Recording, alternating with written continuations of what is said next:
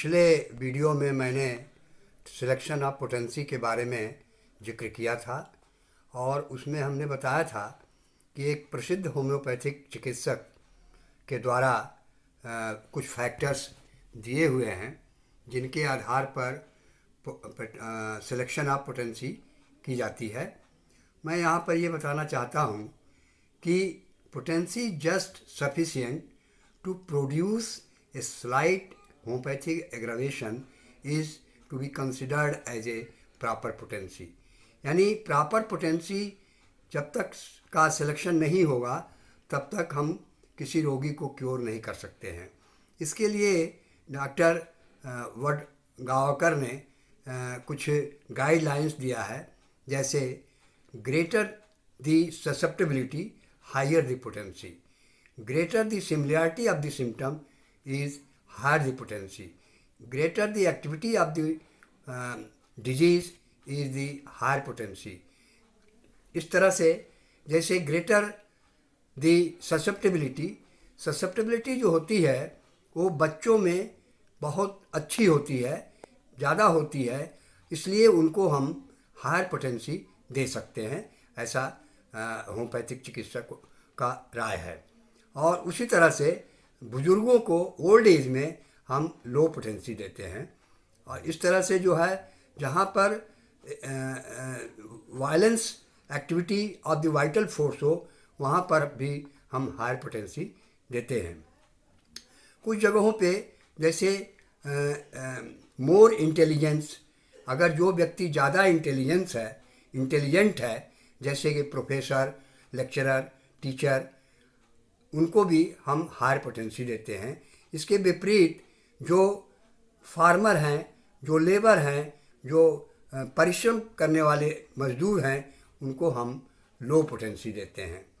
इस तरह से मोर दी मेंटल सिम्टम्स, जहाँ पर मेंटल सिम्टम ज़्यादा मिलता है वहाँ पर सिम्टम सिमिलैरिटी की संभावना बहुत अच्छी होती है, वहाँ पर भी हम हायर पोटेंसी देते हैं।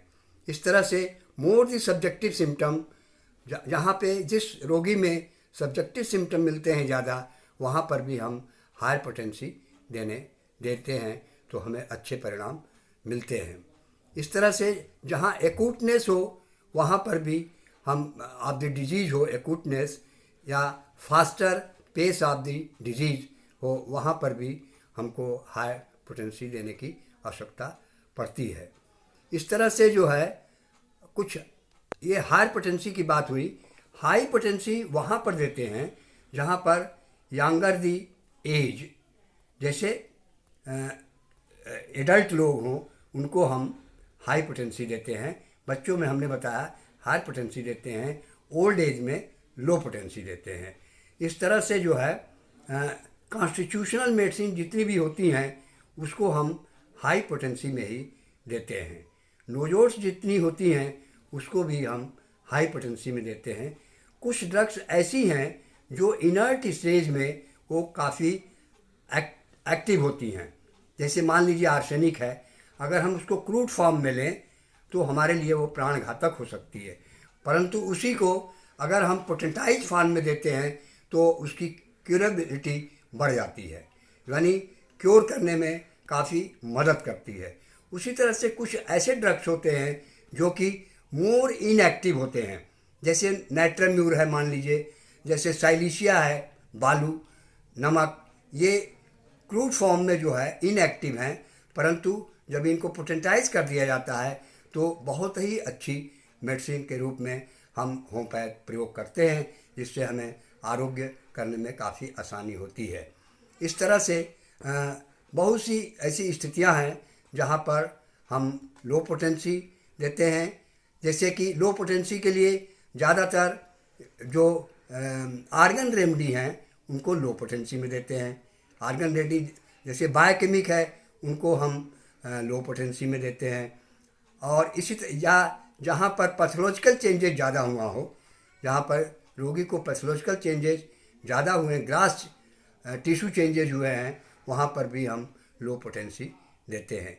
पोटेंसी का सिलेक्शन करना वास्तव में एक बहुत ही कला है। इसको जब तक अच्छा एक्सपीरियंस ना हो जाए तब तक हम, और इसके लिए हमको निरंतर होम्योपैथिक प्रैक्टिस में लगे रहना पड़ता है। लगे रहने पर ही हमको एक्सपीरियंस होगा और तभी हम होम्योपैथिक का पोटेंसी का सिलेक्शन प्रॉपर कर सकते हैं। आपको बता दूं कि यदि सिम्पलम मेडिसिन का सिलेक्शन करने के बाद भी अगर हम पोटेंसी सही प्रॉपर नहीं सिलेक्शन कर पाते हैं तो ऐसी स्थिति में हमारा केस जो क्यूरेबल केस था वो हमारा इनक्यूरेबल में तब्दील हो जाता है, चेंज हो सकता है। इसी तरह से अगर मेरा पोटेंसी एकदम सही है, मेडिसिन सिमिलम है, तो और हमारी मेडिसिन जो है, जो इनक्यूरेबल केस है, असाध्य रोग है, वो क्यूरेबल हो सकती है। इस तरह से selection of potency is very important point in the practice of homeopathy.